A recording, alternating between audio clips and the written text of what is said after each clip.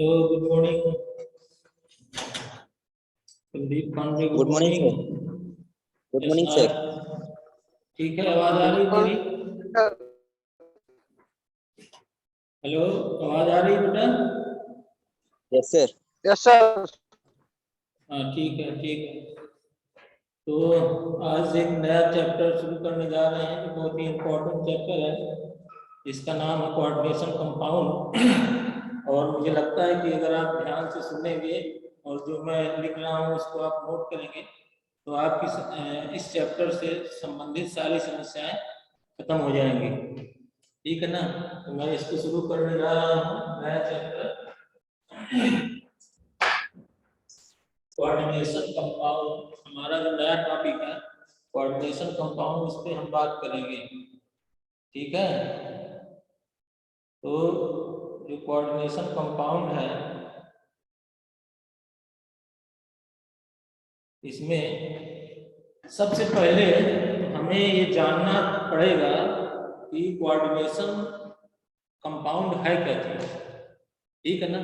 तो पहला मेरा क्वेश्चन ये है कि कोऑर्डिनेशन कंपाउंड क्या चीज है। तो यहाँ पर सबसे पहले हमें देखना है कोऑर्डिनेशन कंपाउंड क्या है। ठीक है? तो कोऑर्डिनेशन कंपाउंड क्या है, इसमें सबसे पहला क्वेश्चन ये है कि what is a coordinate bond.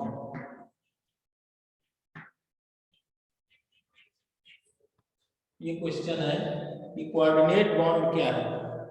Coordination compound पढ़ने के पहले भाई हमको ये जानना चाहिए ना कि कोऑर्डिनेट बॉन्ड क्या है। तो मैं बहुत सिंपल तरीके से ये समझा दूं कि कोऑर्डिनेट बॉन्ड क्या है। जैसे कि हमने देखा कि एक मान लीजिए ऑर्बिटल ये है, दूसरा ऑर्बिटल ये है। ठीक है? एक इलेक्ट्रॉन इसमें है और एक इलेक्ट्रॉन इसमें है। ठीक है? अब ये जब दोनों इलेक्ट्रॉन आपस में मिलेंगे तब जब ये दोनों ऑर्बिटल ओवरलैप करेंगे, जैसे ये ऑर्बिटल इस ऑर्बिटल से ओवरलैप किया तो ये दोनों इलेक्ट्रॉन शेयर कर लिए गए, तो हमने उसको कहा कि ये कोवैलेंट बॉन्ड है। ध्यान से समझिएगा बात। ये एक ऑर्बिटल ये है जिसमें एक इलेक्ट्रॉन है और एक ऑर्बिटल ये है जिसमें एक इलेक्ट्रॉन है। जब दोनों ऑर्बिटल ओवरलैप किए तो ये एक एक इलेक्ट्रॉन दोनों शेयर करके यहाँ पर बॉन्ड बना लिया। ठीक है? अब इसको हम कहते हैं कि ये जो है कोवैलेंट बॉन्ड है। लेकिन जो कोऑर्डिनेट बॉन्ड है उसमें ये वाली सिचुएशन नहीं है। तो इस कोवैलेंट बॉन्ड से कोऑर्डिनेट बॉन्ड में फर्क क्या है? ये जो कोऑर्डिनेट बॉन्ड है ये कोवैलेंट बॉन्ड से अलग कैसे है? तो अलग ऐसे है, देखिए मैं बताता हूँ। ये मान लीजिए एक ऑर्बिटल है जिसमें खाली है, इसमें कोई बॉन्ड नहीं है। ये एक ऑर्बिटल है जो खाली है, इसमें कोई बॉन्ड नहीं है। और ये एक दूसरा ऑर्बिटल है जिसमें दो इलेक्ट्रॉन है। ठीक है ना? एक ऑर्बिटल ये है जो खाली है और एक ऑर्बिटल ये है जो जिसमें दो इलेक्ट्रॉन है। एक में कोई इलेक्ट्रॉन नहीं है और एक में दो इलेक्ट्रॉन। अब देखिए ये जब दोनों ओवरलैप किए, ये जो दो इलेक्ट्रॉन है ये इन दोनों से शेयर कर लिया गया, दोनों से शेयर कर लिया गया। तो यहाँ पर जो बॉन्ड का फॉर्मेशन होगा ये कोऑर्डिनेट बॉन्ड बनेगा, जिसमें से ये जो है डोनर हो जाएगा, डोनर मतलब देने वाला, और ये जो है एक्सेप्टर हो जाएगा जो एक्सेप्ट करता है। बात समझ में आई? ये अंतर है कोऑर्डिनेट बॉन्ड में और कोवैलेंट बॉन्ड में। जैसे कि मान लीजिए साधारण सी बात मैं बताता हूँ, जैसे एक पेन आपके पास है और एक पेन मेरे पास है, और आपके पास ब्लू है मेरे पास ब्लैक है, और हमको अपनी नोट्स बनानी है। तो ब्लू और ब्लैक दोनों का यूज कर लिया, आपने मुझको दे दिया, मैंने आपको दे दिया, तो आपका काम भी चल गया, मेरा भी चल गया। तो ये कोवैलेंट बॉन्ड होगा। लेकिन मेरे पास दोनों पेन है, ब्लू और ब्लैक, और आपके पास कोई पेन नहीं है, और हमने जब अपना नोट्स बना के दोनों पेन आपको दे दिए तो आपने भी बना लिया, तो ये जो है क्या हो गया, मैं डोनर हो गया, आप एक्सेप्टर हो गए। एक्सेप्टर का मतलब एक्सेप्ट करने वाला जो स्वीकार करता है, और डोनर का मतलब वो जो देने वाला है। ठीक है? तो यहाँ डोनर और एक्सेप्टर की बात है। अगर किसी एक के पास कोई इलेक्ट्रॉन नहीं है लेकिन दूसरे के पास इलेक्ट्रॉन है, दूसरा ऑर्बिटल भरा हुआ है और एक ऑर्बिटल खाली है, तो भरे हुए ऑर्बिटल ने खाली वाले ऑर्बिटल को भी अपने इलेक्ट्रॉन दे दिए, तो इस स्थिति में कौन सा बॉन्ड बनेगा? इस स्थिति में कोऑर्डिनेट बॉन्ड बनेगा। और इस कोऑर्डिनेट बॉन्ड को हम ऐसे एरो लगा के शो करते हैं। कैसे? ऐसे एरो लगा के शो करते हैं, ठीक है। डोनर की तरफ टेल और एक्सेप्टर की तरफ हेड लगाते हैं।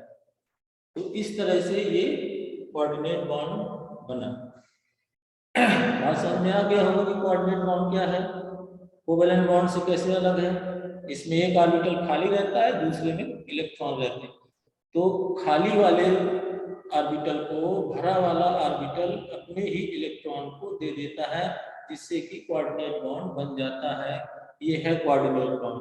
अब दूसरी बात ये है कि हम ये देखें कि जो कोऑर्डिनेट बॉन्ड है वो तो बना, लेकिन जो कोऑर्डिनेशन कंपाउंड है वो किस तरह के होते हैं। Introduction of sir ji. Sir हाँ, सर आयोनिक बॉन्ड और कोऑर्डिनेट बॉन्ड में क्या डिफरेंस है? अब मैं बता रहा हूँ, अभी बता रहा हूँ, ठीक है। Introduction of coordinate bond.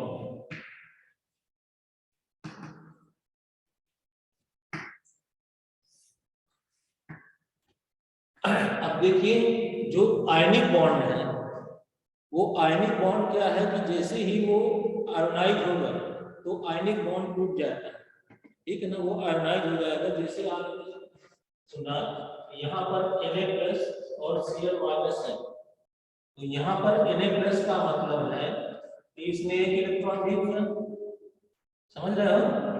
और Cl- का मतलब है कि इसमें Cl- का मतलब है कि इसमें एक इलेक्ट्रॉन मिल गया, ठीक है ना। तो ये Cl- बन गया और ये क्या बन गया? Na+ बन गया, ठीक है। अब ये Na+ और ये Cl- दोनों मिल करके हमें बना लिया NaCl, ठीक है। तो इन दोनों के बीच में जो बॉन्ड बना वो कौन सा बॉन्ड बना? Hello, ionic bond. बना ना। Ionic bond. हाँ, तो ये जो बॉन्ड है इसमें एक इलेक्ट्रॉन ले रहा है और दूसरा इलेक्ट्रॉन दे रहा है। लेकिन जो कोऑर्डिनेट बॉन्ड है इसमें न कोई इलेक्ट्रॉन ले रहा है, जो ले रहा है तो उसके पास कोई कुछ नहीं है, कोई इलेक्ट्रॉन नहीं है। वो जो ले रहा है वो भरे हुए ऑर्बिटल से इलेक्ट्रॉन ले रहा है। टोटल इलेक्ट्रॉन एक तरफ से आते हैं खाली में, ठीक है। इक्वल शेयरिंग नहीं होता इसमें कि एक ने दिया और दूसरे ने लिया, एक ने इलेक्ट्रॉन दिया और दूसरे ने ले लिया, जैसे यहाँ पर हुआ है ना। यहाँ पर एक एक इलेक्ट्रॉन का हुआ, एक एक इलेक्ट्रॉन का। लेकिन जो कोऑर्डिनेट बॉन्ड है इसमें इकट्ठा दो इलेक्ट्रॉन आए, एक के पास इलेक्ट्रॉन नहीं है। यही पूछना चाह रहे थे। Hello Kuldeep. Sir coordinate bond में भी तो एक इलेक्ट्रॉन मतलब दो इलेक्ट्रॉन एक से दूसरे में जा रहे हैं, हाँ, तो तो सर इसमें इसमें भी जा रहे हैं। इसमें पेयर में जा रहे हैं ना। अब यहाँ पर देखो Cl के पास ऐसा नहीं कि इलेक्ट्रॉन नहीं है, इसमें जो है Cl के पास इलेक्ट्रॉन पहले से थे ना। वो जो यस इलेक्ट्रॉन सर। आ रहे हैं वो बाहर से आ रहे, वो डोनर है, डोनेट कर रहा है, लेकिन एक्सेप्टर के पास इलेक्ट्रॉन थे ही नहीं। Yes sir. हाँ, और यहाँ पर इलेक्ट्रॉन पहले से Cl के पास मौजूद थे। अभी देखो मैं आगे इसको अभी जब स्ट्रक्चर ऑफ कंपाउंड देखोगे तो यहाँ पर पता चलेगा। जैसे देखिए ये एक एटम है, कौन सा? इसको हम बोलेंगे सेंट्रल मेटल एटम। कौन सा एटम है ये? सेंट्रल मेटल एटम, ठीक है। मतलब जो कोऑर्डिनेट कंपाउंड है उसके बीच में एक मेटल होता है जिसको हम बोलते हैं सेंट्रल मेटल एटम। अब इसके साथ में ये बहुत सारे लिगैंड लगे रहते हैं। लिगैंड जिनको बोलते हैं, क्या बोलते हैं? लिगैंड। लिगैंड। लगे रहते हैं। ठीक है, तो ये जो लिगेंड लगे रहते हैं ये डोनर होते हैं हमेशा। ये क्या होते हैं? डोनर, जो सेंट्रल मेटल एटम को इलेक्ट्रॉन क्या करते हैं? प्रोवाइड कराते हैं। अब ये लिगेंड कितने भी हो सकते हैं, जितने भी हो सकते हैं वो रहेंगे। अब देखो ये यहाँ से ये इसको हम बोलते हैं कोऑर्डिनेशन स्फीयर, कोऑर्डिनेशन स्फीयर। ठीक है, और ये हो गया कोऑर्डिनेट बॉन्ड, कोऑर्डिनेट बॉन्ड। ठीक है, क्या स्ट्रक्चर हो गया? बॉन्ड हो गया यहाँ पर।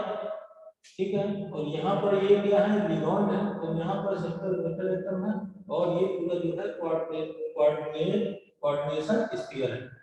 ठीक है, इसी चीज को अगर हम ये लिखें कि जैसे मान लीजिए ये सेंट्रल मेटल एटम है, ठीक है, यहाँ पर ये लिगेंड है, ठीक है, एक लिगेंड अटैच है, ये दोनों जो है इस स्क्वायर ब्रैकेट में बंद रहते हैं। किसमें बंद रहते हैं? स्क्वायर ब्रैकेट में बंद रहते हैं। ये जो स्क्वायर ब्रैकेट में बंद रहते हैं इसके बाहर होता है काउंटर आयन, काउंटर आयन। ठीक है ना, एक सेंट्रल ये जो है स्क्वायर ब्रैकेट में जो बंद है वो ये वाला हिस्सा है, और इसके बाहर जो होता है वो क्या है? Counter ion. तो जो काउंटर आयन है इसके बीच में जो यहाँ बॉन्ड रहता है ये आयोनाइजेबल रहता है। कौन सा रहता है? आयोनाइजेबल। ये आयोनाइज हो जाता है, लेकिन ये वाला आयोनाइज नहीं होता है, ये होता है नॉन आयोनाइजेबल। ठीक है ना, ये आयोनाइजेबल होता है और ये नॉन आयोनाइजेबल होता है। कुलदीप, हेलो, यस सर, बात समझे कि नहीं? Yes sir, yes sir. हाँ, ये चीज आयोनाइजेबल है, लेकिन ये अंदर वाला आयोनाइजेबल नहीं है, ये आयोनाइज नहीं होता है। ठीक है, कोऑर्डिनेट बॉन्ड में सीधा इलेक्ट्रॉन एक्सेप्टर के पास जाते हैं, जो कि पूरा ब्लैंक रहता है, उसमें कोई इलेक्ट्रॉन नहीं रहते हैं, उस ऑर्बिटल में कोई इलेक्ट्रॉन नहीं रहते हैं, तभी कोऑर्डिनेट बॉन्ड बनेगा। तो ये जो है introduction to a coordination compound है। ठीक है, introduction to a coordination compound है। तो यहाँ पर हम ये कह सकते हैं कि द ब्रांच ऑफ केमिस्ट्री, कौन सी chemistry? Inorganic chemistry. The branch of inorganic chemistry which deals with the study of coordination compound. The branch of inorganic chemistry which deals with the study of कौन सा compound? Coordination compound is known as coordination chemistry. ठीक है ना, ये definition coordination chemistry की है। The branch of inorganic chemistry that deals with the study of coordination compound is known as coordination chemistry. तो ये कोऑर्डिनेशन केमिस्ट्री का definition है, जिसमें कि हमने ये चीज जाना कि कौन सा कोऑर्डिनेशन कंपाउंड है और कौन सा कैसे कोऑर्डिनेशन कंपाउंड बनते हैं, कोऑर्डिनेशन कॉम्प्लेक्स, कोऑर्डिनेट कॉम्प्लेक्स कैसे बनते हैं। अब इस चैप्टर को पढ़ने के लिए हमारे पास ये जरूरी है हमको कि कुछ टर्म्स जो है उनको हम जान लें कि जो कौन से टर्म्स इस यहाँ पर यूज होंगे, इस चैप्टर को पढ़ने के लिए कौन से टर्म यूज होंगे। तो जैसे कि पहला एक है कोऑर्डिनेशन इंटाइटी, एक टर्म ये है कोऑर्डिनेशन इंटाइटी, कोऑर्डिनेशन इंटाइटी।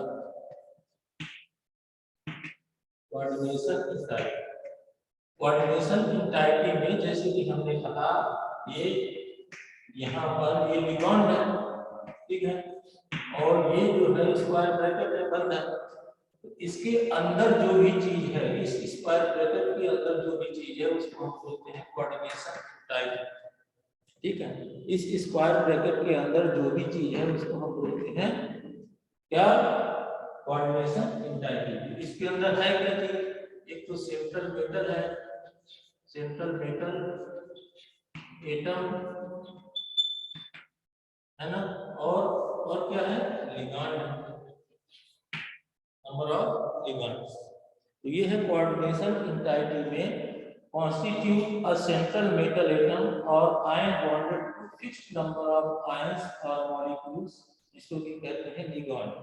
ठीक है ना, ये सेंट्रल मेटल है और इससे जितने भी लिगांड, इनका नंबर फिक्स रहता है कि कितने होंगे, ठीक है ना। तो जितने लिगांड इस सेंट्रल मेटल एटम से बॉन्डेड हैं, इस पूरे को हम बोलते हैं कोऑर्डिनेशन इंटाइटी।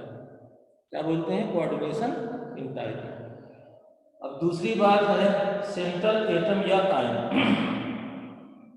जैसे कि कुछ एग्जांपल से हमको पढ़ना है, जैसे NiCl2H2O4 ये है, हमने लिखा यहाँ पर NiCl2H2O और ये 4 टाइम्स है और यहाँ पर 1, ठीक है। ये मान लीजिए कोऑर्डिनेशन कंपाउंड है, तो इसमें जो ये Ni है ये है सेंट्रल मेटल एटम। क्या है? Central metal atom. और इसके साथ जो ये बॉन्डेड है Cl2 और ये H2O, ये क्या है? लिगांड है। नंबर ऑफ लिगांड्स कितने इसमें? 4 और 2 6।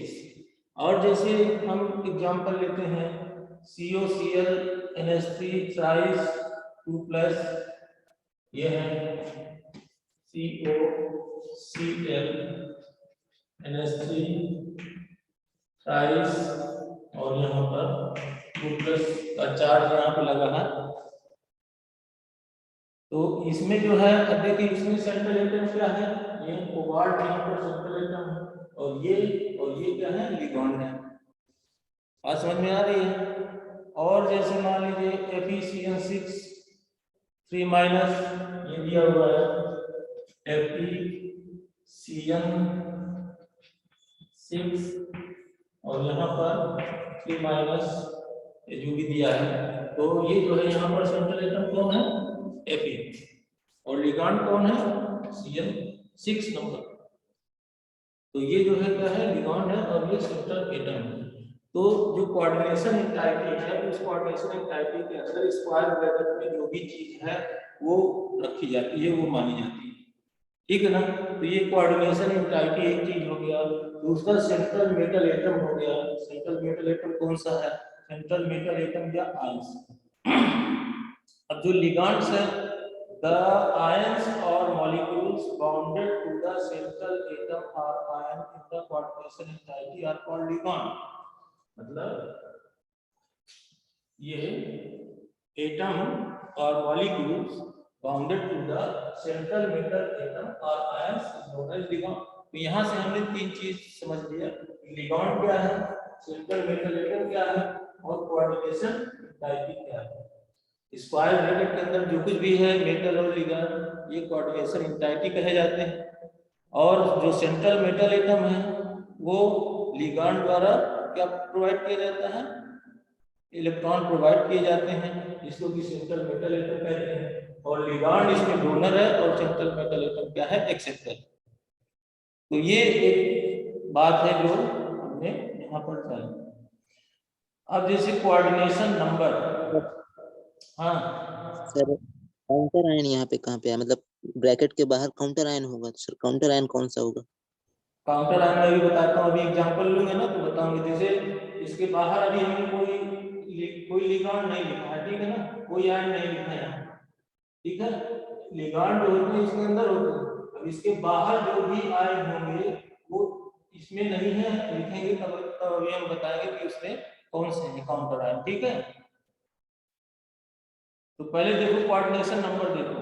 The coordination number of a metal ion in complex can be defined as the number of ligand donor atom to which the metal is directly bonded। जो कोऑर्डिनेशन नंबर है वो कहां से पता चलेगा? वो इसी कोऑर्डिनेशन इंटाइटी से पता चलेगा, ठीक है। कैसे पता चलेगा?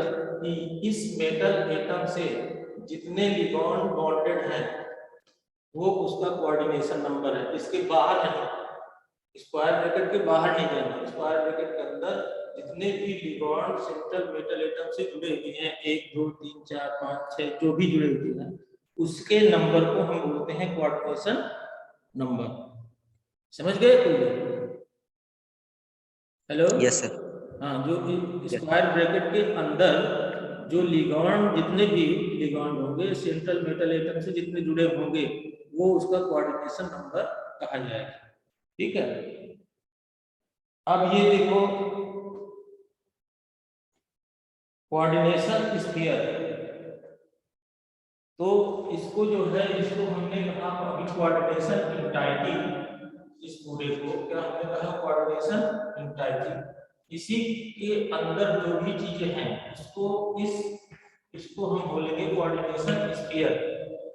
कोऑर्डिनेशन इंटाइटी के साथ साथ कोऑर्डिनेशन स्फीयर, ये कोऑर्डिनेशन स्फीयर है और इसके अंदर जो भी है वो कोऑर्डिनेशन इंटाइटी इंटाइटीज है। ठीक है, ये कोऑर्डिनेशन स्फीयर है जो स्क्वायर ब्रैकेट लगा हुआ है, और ये इसके अंदर जो है कोऑर्डिनेशन इंटाइटी है, इसके अंदर मेटल और लिगेंड्स कितने हैं लिगेंड्स, ये हो जाएगा कोऑर्डिनेशन नंबर। ठीक है, अब देखो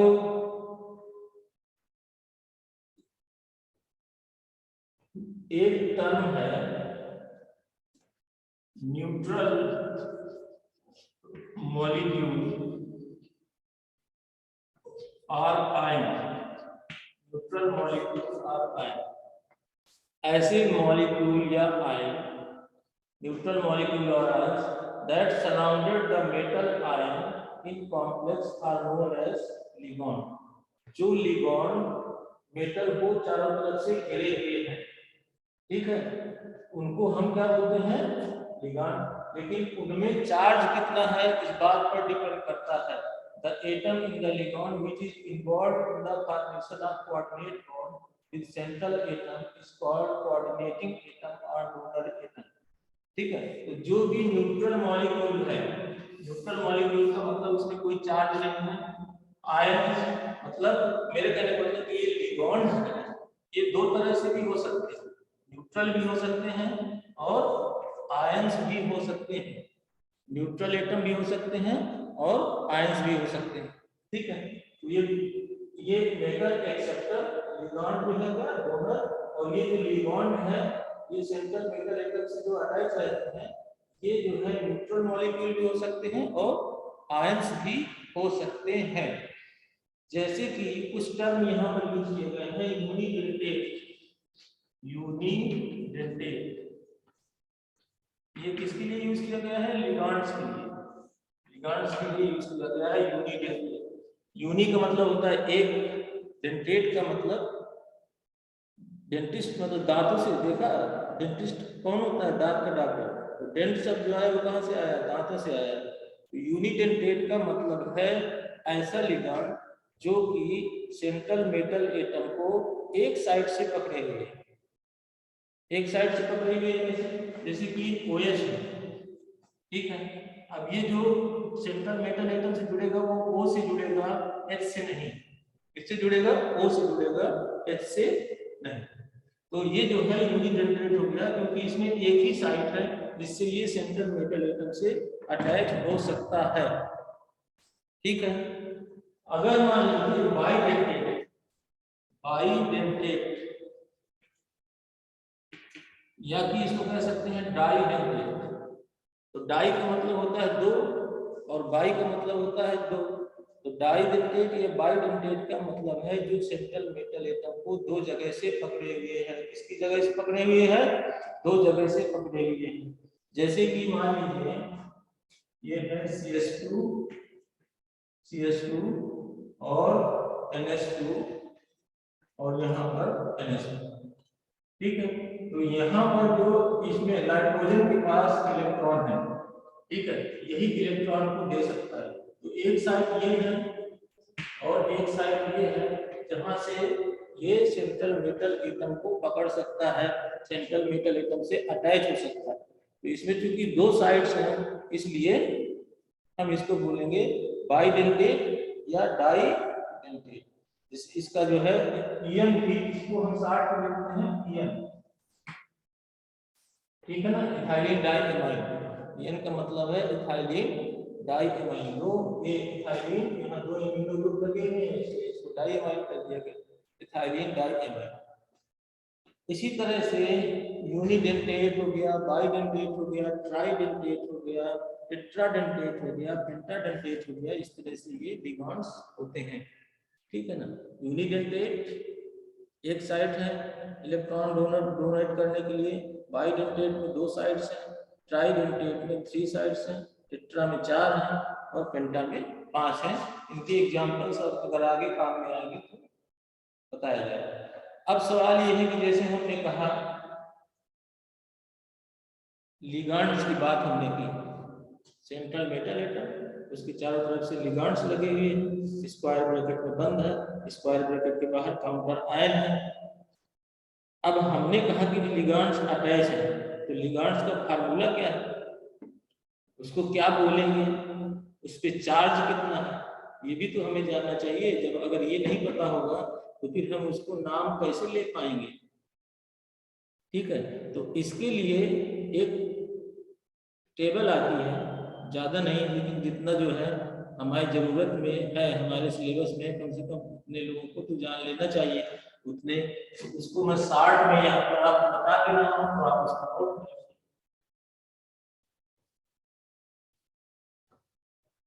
जैसे कि पहले लिखिए नेम फार्मूला चार्ज, यहाँ लिखिए नेम, यहाँ लिखिए फार्मूला, यहाँ लिखिए चार्ज, और फिर लिखिए नेम ऑफ लिगांड, नाम उसका कैसे लिखें, नेम ऑफ लिगांड। अब जैसे पहला है अमोनिया, जैसे यहाँ पर है अमोनिया, अमोनिया इसका फार्मूला है NH3, इस पर चार्ज है 0 और जो नाम लिखेंगे वो लिखेंगे एमिनो, ठीक है। तो यहाँ पर हमने लिखा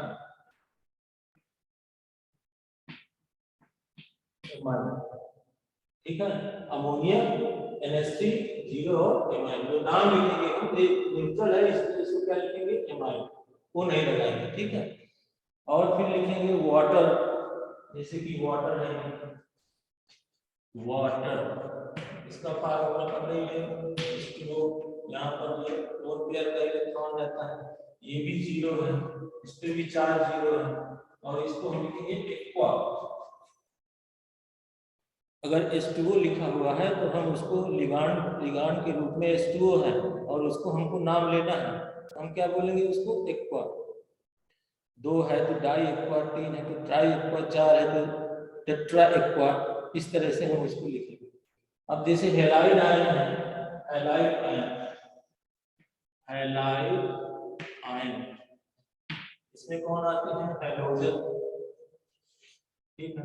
हाइड्रोजन जैसे X में हम कोई भी लिख सकते हैं, F minus, Cl minus, Br minus, I minus, fluoro fluoro fluoro hydro, इस तरीके से है ना, क्लोराइड क्लोराइड ब्रोमाइड आयोडाइड, ठीक है। यहाँ पर इसमें कितना चार्ज रहता है, -1, कितना चार्ज रहता है, -1, ठीक है। तो अब ये चूंकि इसमें नेगेटिव चार्ज रहता है तो यहाँ हम इसको यूज करते हैं हाइड्रो, हाइड्रो को यूज करते हैं, जैसे F है तो फ्लोरो, Cl है तो फ्लोरो, Br है तो ब्रोमो, I है तो आई, इस तरीके से हम इसको यूज करते हैं। अब है जैसे हाइड्रोक्साइड आयन, यहाँ पर हमने लिखा हाइड्रोक्साइड आयन, इसका फार्मूला क्या है, OH माइनस, तो चार्ज कितना हो गया, -1, और इसका नाम कैसे लिखेंगे, हाइड्रोक्सो, क्या लिखेंगे, हाइड्रोक्सो। अगर OH माइनस है तो हम इसको लिखेंगे हाइड्रोक्सो, ठीक है। Cl माइनस जैसे है साइनो, इसको क्या लिखेंगे, साइनो करके लिखेंगे, जैसे मान लीजिए साइनाइड है, इसको हमने क्या लिखा, Cn, इसमें -1 का चार्ज रहता है, यहाँ पर लिखा -1 चार्ज की जगह पे। अब यहाँ पे हमने क्या लिखा, साइनो, क्या लिखा, साइनो, जिसमें -1 का चार्ज, माइनस का चार्ज रहता है, उसको हम लिखते हैं क्या, ओ साउंड लगा के लिखते हैं, जैसे ओम में ओ साउंड निकलता है ना, वैसे फ्लोरो, क्लोरो, क्रोमो, आयोडो, ठीक है, साइनो। और जैसे कार्बोनेट और कार्बोनेट है, देखो यहाँ कार्बोनेट और है सल्फेट। कार्बोनेट में CO3 यहाँ 2 माइनस का चार्ज रहता है, सल्फेट में SO4 इसमें 2 माइनस का चार्ज रहता है। यहाँ पर कार्बोनेट में -2 हो गया, सल्फेट में -2 हो गया, और यहाँ पर इसको लिखेंगे कार्बोनेटो और इसको लिखेंगे सल्फेटो, ठीक है। कार्बो, इसको जब हम प्रोनाउंस करेंगे, नाम लेंगे, लिखना होगा तो हम लिखेंगे कार्बोनेटो और SO4 2 माइनस को लिखेंगे सल्फेटो। कार्बोनेटो में -2 का चार्ज है और सल्फेटो में भी -2 का चार्ज है। अब देखिए, जैसे एक मैं बता देता हूं क्योंकि अभी वो एग्जाम्पल हमको लिखने में टाइम है।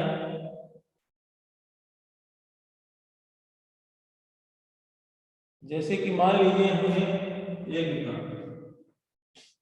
Fe3FeCN6, ठीक है।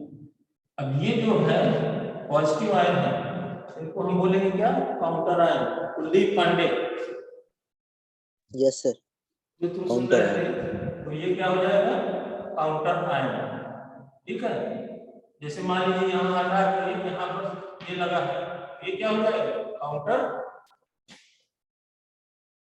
Hello, counter ion. Counter ion. और इस जो जब हम नाम लिखेंगे तो देखो उसके कुछ नियम है। अभी से अगर हम इसको नाम क्या लेंगे ये बता दें तो कंफ्यूज हो जाओगे, इसलिए हम ये बता रहे हैं, एक सीरियस से चल रहे हैं। ये समझ लो कि स्क्वायर ब्रैकेट के बाहर जो चीज है पॉजिटिव नेगेटिव जो भी लगा हुआ है, वो उनको हम बोलते हैं काउंटर आयन। और उसका नाम हम सबसे बाद में लिखते हैं, पहले नाम लिखेंगे इसके अंदर का और बाद में लिखेंगे ये काउंटर आयन। हाँ, अगर पॉजिटिव है यहाँ पर कोई चीज, जैसे यहाँ पर हमने बोला था K3, ये पॉजिटिव का नाम हम पहले लिखते हैं, ठीक है। लेकिन इधर जो है नेगेटिव, उसका नाम हम हमेशा बाद में लिखते हैं। इसके लिख देंगे और कोऑर्डिनेशन में सारे नाम लिखने के बाद मेथड का नाम, लिगेंड्स का नाम सब लिखने के बाद फिर हम इनको काउंटर आयन के नाम बाद में लिखते हैं। तो ये टेबल में जो लिखा हुआ है ये आपको पता होना चाहिए, क्योंकि जब ये पता होगा तभी हम इसका नाम, जब ये आएंगे तब हम इसका नाम लिख पाएंगे, ठीक है ना। तो टाइम हो गया है और बाकी का काम फिर कल करेंगे, ठीक। सर एक तरफ हो जाइए, थोड़ा स्क्रीनशॉट ले लूं। हाँ ले,